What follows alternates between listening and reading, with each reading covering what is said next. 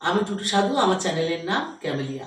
আমি এইমাত্র করোনার যে গল্পটা বলছিলাম, এটা হচ্ছে ৯ নাম্বার।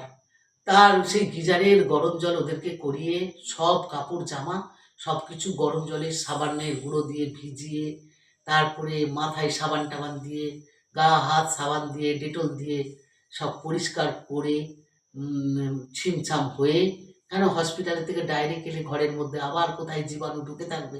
আমি আরও 5 দিন অয়তে থাকলাম। ওদিকে দাদামণিকেও ছাড়েনি, দাদামণিকে ওখানে আরও 5 দিন আটকে দিয়েছে। তা যাই হোক, দাদামণি ওখানে ছিল, আমি ওখানে ছিলাম। তারপরে আমাকে নিয়ে এলো, নিয়ে এসে অয়তে দিল।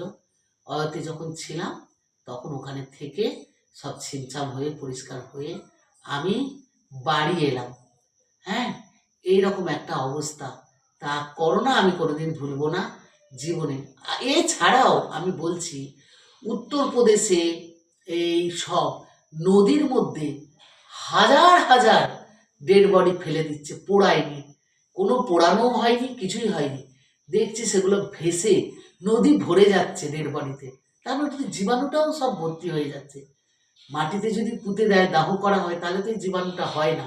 কিন্তু এই করোনাটা এমনই হলো যে করোনাটা 12 মাসের খদ্দের হয়ে গেল। মানে এটা একটা আমাদের অঙ্গাঙ্গিভাবে জড়িয়ে গেল। কখনো আছে, কখনো নেই, এখনই ভালো হলো, ভবিষ্যতে হবে না তা না।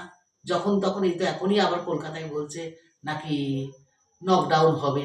কিসের জন্য হবে, কেন হবে, এই হসপিটালগুলো একমাত্র বলতে পারে। ঠান্ডা পড়েছে প্রচণ্ড, আর করোনা তো সাধারণত ঠান্ডাতেই, এটা ঠান্ডারই অসুখ, তাই ঠান্ডা পড়েছে, তাই ঠান্ডার দিনে তো এটা হতেই পারে।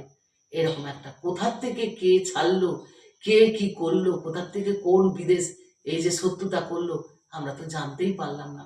কিন্তু একদম উলট পালট হয়ে গেল।